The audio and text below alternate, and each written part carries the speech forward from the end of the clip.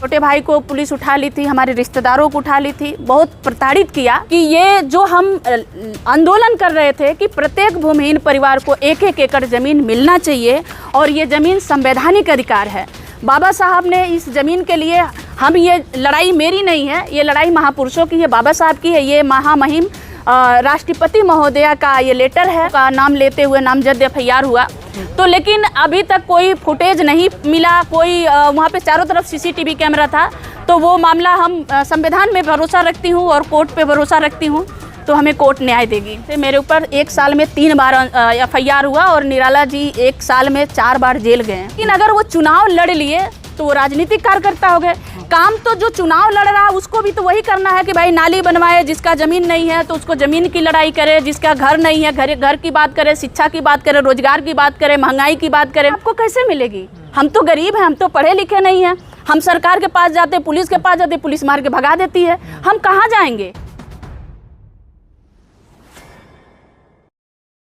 देखिए, सबसे पहले तो मैं मीडिया बंधुओं को, मीडिया साथियों को मैं धन्यवाद देती हूँ, क्योंकि मेरा आंदोलन आज अगर सफलता के कगार पे है, या सफलता मैं कहूँ कि एक तरह से मुझे पहली सीढ़ी मिली है, तो इसमें सबसे ज़्यादा हमारे मीडिया साथियों का सहयोग रहा है।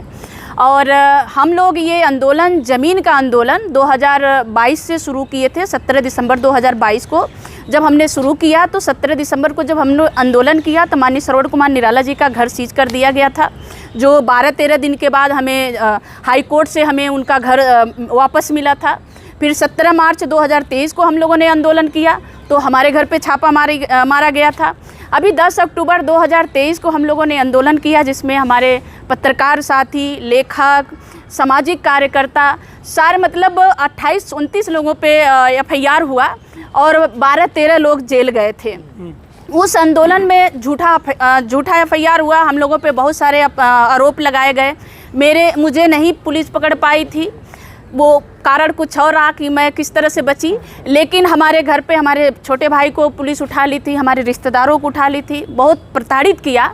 लेकिन इस आंदोलन का आपके पास मैं एक लेटर दिखा रही हूँ कि ये जो हम आंदोलन कर रहे थे कि प्रत्येक भूमिहीन परिवार को 1-1 एकड़ ज़मीन मिलना चाहिए और ये ज़मीन संवैधानिक अधिकार है।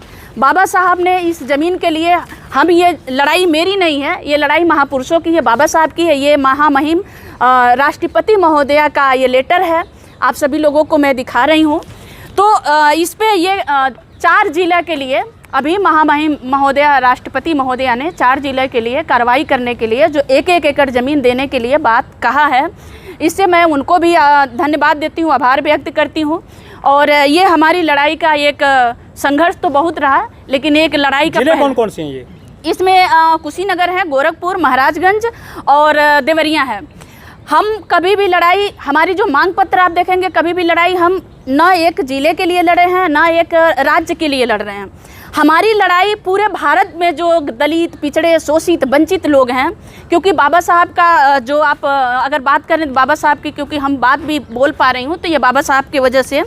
तो बाबा साहब अपने मरने से 8 महीना पहले आगरा में जाते हैं और उनकी भाषण है कि हमें ज़मीन के लिए बात करना चाहिए, हमें ज़मीन के लिए लड़ना चाहिए, क्योंकि हमारी गुलामी तभी ख़त्म होगी जब हमारे पास ज़मीन होगी। तो बाबा साहब ने ज़मीन की बात कर रहे थे, लेकिन वो अलग बात है कि हमारे बीच में बाबा साहब, बदले में तो आपको जेल मिल गई थी ना उसी दरमियान। हाँ, देखिए, ज़मीन के लड़ाई में हमारे महापुरुषों भी लड़ाई लड़े और संविधान है हमारे पास, संविधान ही हमको बचाया है और आगे भी हमें संविधान पे भरोसा है। मामला चल रहा है कोर्ट में भी आपका, जो आप जेल गए थे? हाँ, जो मैं जेल गई हूँ उसका मामला चल रहा है। चार्जशीट भी हमारे खिलाफ लगी है, क्योंकि सारे जो हमारे ऊपर आरोप लगे थे, वो आरोप का कोई भी फुटेज, जो हम लोगों को आरोप लगाया गया था कि गला दबा करके कमिश्नर के नाजिर को हम मारने की कोशिश किए, 15-20 लोगों का नाम लेते हुए नामजद FIR हुआ। तो लेकिन अभी तक कोई फुटेज नहीं मिला, कोई वहाँ पे चारों तरफ CCTV कैमरा था। तो वो मामला, हम संविधान में भरोसा रखती हूँ और कोर्ट पे भरोसा रखती हूँ, तो हमें कोर्ट न्याय देगी। जब से आप जमात पर हैं तब से आपने कहाँ कार्रवाई करी है कि भूमिहीनों को ज़मीन दी जाए? पूरे देश में अधिकारियों से और मंत्रियों से किस किस से मिले हो? देखिए, जब हम पहले शुरुआत की आंदोलन का, तो हमारे पास सभी का वो रसीद है मेरे पास। भारत के सभी मुख्यमंत्री को, जितने भी मुख्यमंत्री हैं, चाहे वो पक्ष को हों विपक्ष को, उससे हमें नहीं मतलब है, हम सारे भारत के सारे मुख्यमंत्रियों को अंबेडकर जनमोर्चा के तरफ से लेटर दिया जा चुका था कि ये हमारी डिमांड है, आप भी वहाँ के लिए, वहाँ के जनता के लिए डिमांड करिए, ये ज़मीन पे आप भी हमारी सहमति दीजिए। सहमति लेटर हमने सभी को दे दिया था कि हमारा ये डिमांड है। अभी तक हम महोदया राष्ट्रपति महामहिम को भी दे चुके हैं, सुप्रीम कोर्ट को दे चुके हैं, मुख्यमंत्री को दे चुके हैं, प्रधानमंत्री को दे चुके हैं। जितने भी एक तरह से कहिए जिम्मेदार या संवैधानिक पद पे जितने भी लोग हैं, हम सभी को दे चुके हैं जमीन के मांग पत्र। कहीं से कुछ लग रही है कि आशा जागी है कि जमीन मिलेगी आपको एकड़?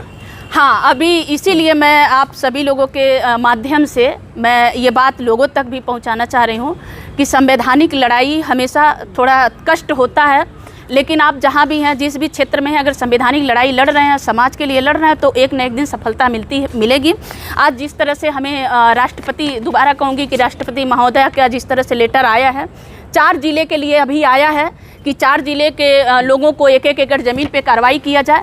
मैं इस ज़मीन की लड़ाई आगे भी मैं पूरे देश के लिए लड़ूंगी, पूरे उत्तर प्रदेश के साथ साथ पूरे देश के लिए लड़ूंगी। लेकिन हमारे देश में तो भूमिहीनों को जमीन पहले से दी जाती रही है, चाहे कोई सी भी सरकार रही हो, पट्टे दिए जाते रहे 150-150 मीटर के, 5-5 एकड़ जमीन भी दी गई है भूमिहीनों को। आपने ये जो छेड़ा है कारवा, ये आपको कहाँ से मिला कि जमीन बंटवानी है, दिलवानी है हमको भूमिहीनों को? हाँ, तो राजनीति तो नहीं कर रही हैं आप? मेरा संघर्ष जो है, पीछे संघर्ष है आप लोगों के बीच में रहा है, और मैं बता दूं कि मेरे माता पिता नहीं है तो मैं कौन सी राजनीति करूंगी। मैं समाज के लिए काम करती हूं और मैं वही की बेटी। वो काम तो सरकार भी करती है, जमीन तो वो ही खुद बांटती है भूमिहीनों को। हाँ, लेकिन आपको ये भी पता होगा, जब आप गाँव के रूरल बेल्ट में जब आप जाएंगे तो गोरखपुर के एक वीडियो नहीं, सैकड़ों वीडियो है, सैकड़ों, मैं कम से कम 450 से ज़्यादा गांव में गई हूँ। मेरे पास एक गांव का लिस्ट है, एक गांव के नंबर हैं। ऐसे मैं नहीं कह रही हूँ, जिनके पास सरकारी आवास भी बनवाने के लिए ज़मीन नहीं है, अगर उनके पास सरकारी आवास भी आता है तो वो वापस कर दिया जाता है। क्योंकि सरकार सर्वे नहीं करा रही है क्या भूमिहीनों का? वो आप सिर्फ अखबार और न्यूज़ में देखेंगे कि विकास की गंगा बह रही है, लेकिन सच्चाई कुछ और है। क्योंकि हमें जेल भेजने का, हमारे ऊपर लगातार FIR से भी आप समझ सकते हैं, क्योंकि कहीं ना कहीं मैं सच्चाई दिखाने की, अंबेडकर जनमोर्चा सच्चाई दिखाने के काम कर रहा है। और श्रवण कुमार निराला जी समाज के लिए जुड़े हैं, समाज 20 साल से वो समाज के लिए काम किए हैं, लेकिन उनके ऊपर भी FIR लगाया जाता है, झूठा आरोप लगा करके महीनों दिन तक जेल में डाला जाता है। तो कहीं ना कहीं हम सच्चाई दिखाने की काम कर रहे हैं कि जो सरकार अखबारों में, न्यूज़ों में दिखा रही है, उसके उलट काम कर रही है।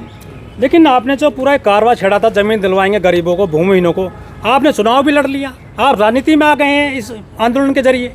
देखिए, चुनाव लड़ना तो हमारा अधिकार है, बाबा साहब ने अधिकार दिया है और इस अधिकार को ना मतलब कोई नहीं छीन सकता है। चुनाव हमने महापौर की चुनाव लड़ी है, क्योंकि महापौर की चुनाव जब से गोरखपुर में लड़ी जा रही है। पार्टी बना ली है? नहीं, हमारा संगठन है, अंबेडकर जनमोर्चा संगठन है, अभी कोई पार्टी नहीं है, संगठन है। लेकिन हम संगठन में काम कर रहे हैं तो चुनाव लड़ लिए तो कौन सी बुराई बात है, कौन सी बुरी बात है? भाई, हम पावर में रहेंगे तभी तो। आज हम जमीन के लिए लड़ रहे हैं, जिस जमीन के लिए लड़ रहे हैं, सरकार हमारी ऊपर जिस तरह से अत्याचार कर रही है, मेरे परिवार को, मतलब मेरे माता पिता नहीं है, मेरी माँ का हत्या हो गया है, मेरे पिताजी नहीं है, मेरे छोटे भाई बहन हैं, तो जिस तरह से उनको हमसे खतरा महसूस हो रहा है कि भाई पावर का ही तो उन्होंने प्रयोग कर रहे हैं हमारे ऊपर, हम कोई चोर हत्या तो थोड़ी कर रहे हैं, लेकिन जिस तरह से उन्होंने किया, तो हम अगर चुनाव लड़ रहे हैं तो उसमें कौन सी बुराई है? और हमने चुनाव तो निर्दलीय लड़ी, आगे समय भी अगर आएगा तो मैं चुनाव जरूर लड़ूंगी। आपका उद्देश्य राजनीति में आना है या फिर गरीबों का भला करना है, जमीन दिलवाना है? देखिए, सबसे बड़ी बात यह है कि मेरे समझ में नहीं आता है कि लोग सामाजिक कार्यकर्ता और राजनीतिक कार्यकर्ता में फ़र्क कैसे करते हैं। आज जो मैं समाज के लिए लड़ रही हूँ, मैं पिछले कई बार से मेरे ऊपर 1 साल में 3 बार FIR हुआ और निराला जी 1 साल में 4 बार जेल गए, महीनों दिन तक वो जेल में रहे। तो अभी वो चुनाव नहीं लड़े, किसी पार्टी से चुनाव नहीं लड़े, तो आज वो सामाजिक कार्यकर्ता हैं। लेकिन अगर वो चुनाव लड़ लिए तो वो राजनीतिक कार्यकर्ता हो गए। काम तो जो चुनाव लड़ रहा है उसको भी तो वही करना है कि भाई नाली बनवाए, जिसका ज़मीन नहीं है तो उसको ज़मीन की लड़ाई करे, जिसका घर नहीं है घर की बात करे, शिक्षा की बात करे, रोजगार की बात करे, महंगाई की बात करे। तो वही काम तो उसको भी करना चाहिए। तो वो काम नहीं कर रहा, वो काम अगर सामाजिक कार्यकर्ता कहीं भी कर रहे हैं, जहाँ से भी कर रहे हैं, तो अगर वो चुनाव लड़ रहे हैं तो क्या दिक्कत? आपका सीमा जी सवाल वही है कि अगर सरकार लोगों को जमीन देती है पट्टे के रूप में, तो फिर आपको क्यों लगा कि इसके लिए भी हमें लड़ाई लड़नी चाहिए? तो क्या सरकार सभी को नहीं दे पा रही है जमीन? हाँ, ये आपने पूछा, लेकिन अभी आपको सर्वे इस पे करना चाहिए। मैं कहूँगी तो शायद ये बात झूठी होगी। जिनको भी सरकार पट्टे दिए हैं, अगर माना कि 100 लोगों को पट्टे दिए हैं तो 99% लोगों को अधिकार उस पर कब्जा नहीं मिला है। कब्जा नहीं मिला है, वो सिर्फ नाम के लिए पट्टे हैं। क्योंकि आज भी गोरखपुर में मैं रहती हूँ, उत्तर प्रदेश की मैं बात कर रही हूँ, तो बहुत सारे राजा रजवाड़े, जैसे राजा उनवल हो गए, राजा बासी हो गए, राजा सोहरतगढ़ हो गए, राजा पडरौना हो गए, ऐसे राजा रजवाड़े हैं जिनके पास हजारों एकड़ ज़मीन है।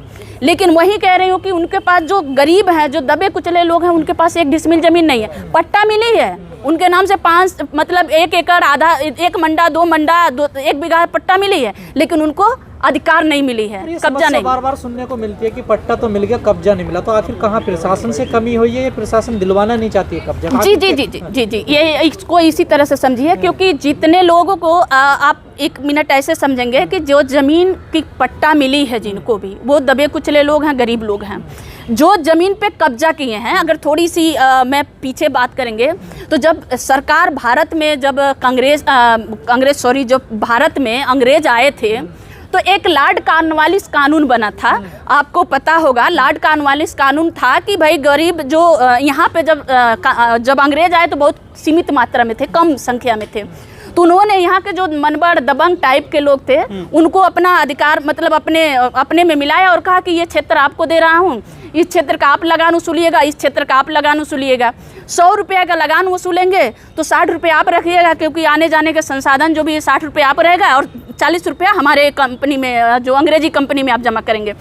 जब हमारा देश आज़ाद हुआ, अंग्रेज चले गए, तो जो कल तक लगान वसूल रहे थे वही आज जमींदार बन गए, वही लोग आज जमींदार बन गए। और वो जमींदार क्या है? वो आज विधायक बन गए हैं, सांसद बन गए हैं। तो ज़मीन पे कब्जा आपको कैसे मिलेगी? हम तो गरीब हैं, हम तो पढ़े लिखे नहीं हैं। हम सरकार के पास जाते, पुलिस के पास जाते, पुलिस मार के भगा देती है। हम कहाँ जाएंगे? गोरखपुर की बात करूँ तो ये बात गोरखपुर में नहीं उठाई जाती, एक भी शब्द कहीं नहीं लिखा गया है। जो लेकिन योगी जी तो खुद बुलडोजर चलवा देते हैं भूमाफियाओं के ऊपर, आप वहाँ क्यों दरखास्त लगाती हैं?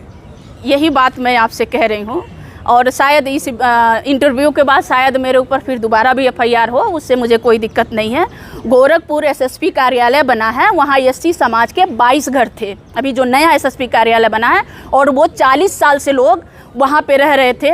लेकिन माननीय मुख्यमंत्री के पास वो परिवार एक बार नहीं 9 बार परिवार गया है। मेरे पास उन सभी का लिस्ट है, उन सभी का नंबर है। सवाल वही है, जो कब्जे नहीं मिले उसके लिए आप लोग क्या कर रहे हैं? कब्जे दिलवाने के लिए, क्योंकि पट्टा तो उनके नाम है ना, देखिए डॉक्यूमेंट्स कागज तो उनके नाम है, तो उस कब्जे को दिलवाने के लिए क्या आप लोग भी कोई काम कर रहे हैं? हाँ, कब्जे दिलवाने के लिए भी हमारे पास जितने अभी तक लगभग 800-900 लोगों का एप्लीकेशन आया है, जिसपे हम एप्लीकेशन बना करके राष्ट्रपति महोदया को, मुख्यमंत्री जी को, प्रधानमंत्री को और सुप्रीम कोर्ट में भी हम अर्जी लगाए हैं कि भाई हम जो भी काम करेंगे संवैधानिक तरीके से ही करेंगे।